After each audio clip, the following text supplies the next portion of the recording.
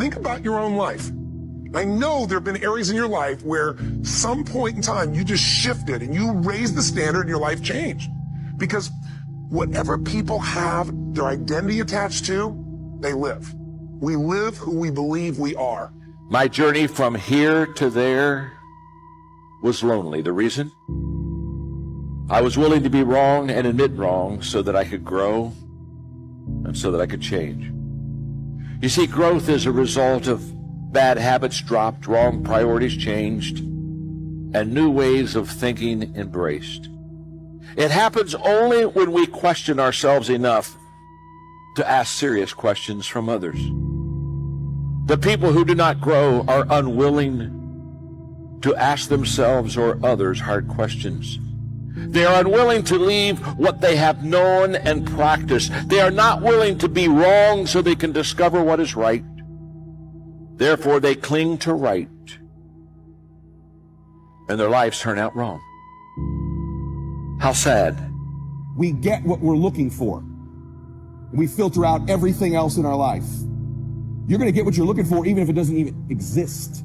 Even if it's not even there. If you're looking for negatives, if you're looking for setbacks, if you're looking to be looked over, you will find it even though it's not supposed to be there. But if you're looking for victory, for winning, for recruits, for people to change your life, for magic moments, you will find them if you're looking for them. I promise you that's true in life. Your brain, when you condition it, knows exactly what to go for and it'll find a way to get there. When you decide what's most important to you, your brain goes after it. Surrender of being right enables us to ask questions that others can answer and add value to us. Surrender of being right is the prerequisite to finding right. I believe that with all my heart. And here's what I know. I never want to get to the place where I've got it all figured out. I still want to keep learning. I still want to keep growing. And I still want to be a student. And I still want to be on a learning curve. And I still want to value people. And I still want to walk into their life and say, look, you have something that if I could just ask the right question, you could impart to me that would help me, that would allow me to become a better person myself. Ego is the anesthesia that deadens the pain of stupidity. Pride is the burden of a foolish person. If you're going to do a job, do it right. I've always been told how average I can be. Always been criticized about being average. But I want to tell you something. I stand here before you, before all of these people, not listening to those words, but telling myself every single day to shoot for the stars, to be the best that I can be. Good enough isn't good enough if it can be better. And better isn't good enough if it can be best. Wisdom will come to you in the unlikeliest of sources, a lot of times through failure. When you hit rock bottom, remember this. While you're struggling, rock bottom can also be a great foundation on which to build and on which to grow. I'm not worried that you'll be successful. I'm worried that you won't fail from time to time. The person that gets up off the canvas and keeps growing, that's the person that will continue to grow their influence.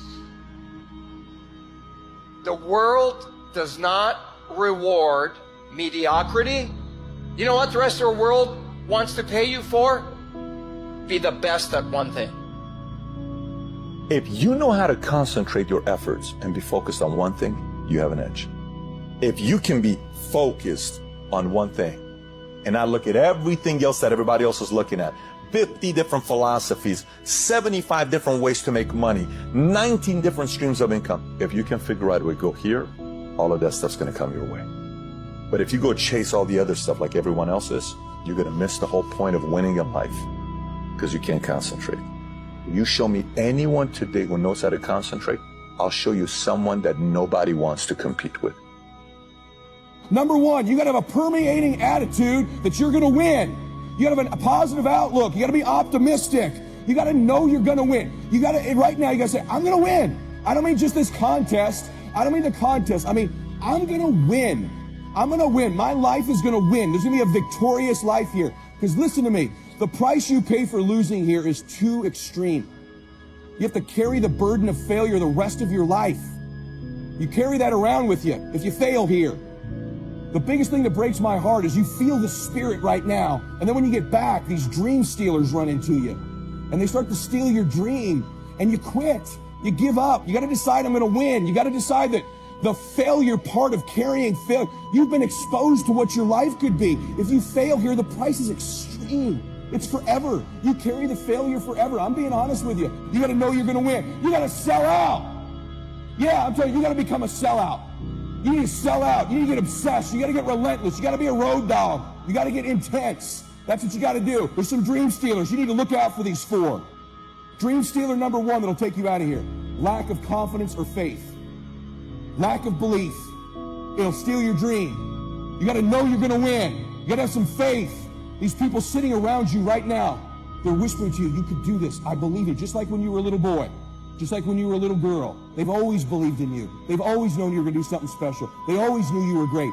You need to know it. You need to take that God that's sitting there with you and those precious souls that have passed, that have always believed in you, and you carry them with you everywhere. They're with you anyway. Acknowledge them. If you don't believe that, honor them. Honor God. Honor these people who believed in you with your magnificent life. Honor them. Don't give in to lack of belief, lack of confidence. Don't ever do that again. You were made to do something great. You're special. You were made in the image of God. Something awesome supposed to happen for you. And those of you that have made something awesome happen, something even more awesome supposed to happen for you.